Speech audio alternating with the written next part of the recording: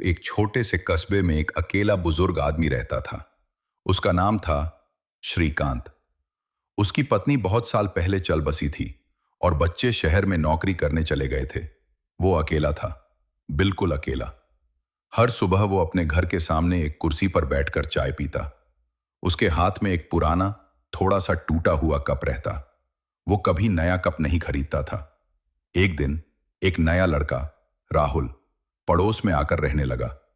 वो देखता कि हर सुबह वो बुजुर्ग एक ही कप में चाय पीता है।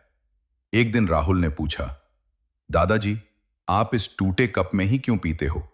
आपके पास तो नए कप भी होंगे। बुजुर्ग ने मुस्कुराकर कहा, इस कप में मेरी पत्नी ने आखिरी चाय पी थी।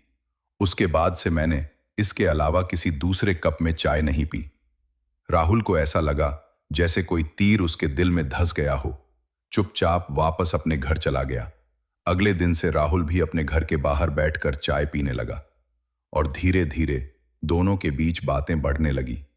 राहुल सुनने लगा श्रीकांत की कहानियां, पत्नी के बारे में, बच्चों के बारे में, जमाने के बदलाव के बारे में। एक दिन श्रीकांत ने कहा, तुम ऐसे बैठकर चाय क्यों पीते हो?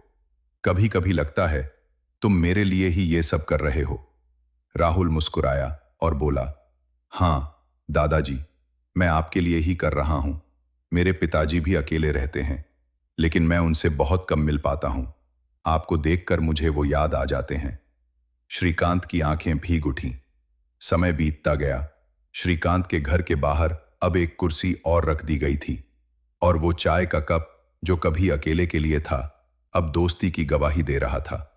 एक दिन श्रीकांत ने राहुल को कहा, बेटा, ये कप ले लो, तुम्हारे पिताजी के लिए।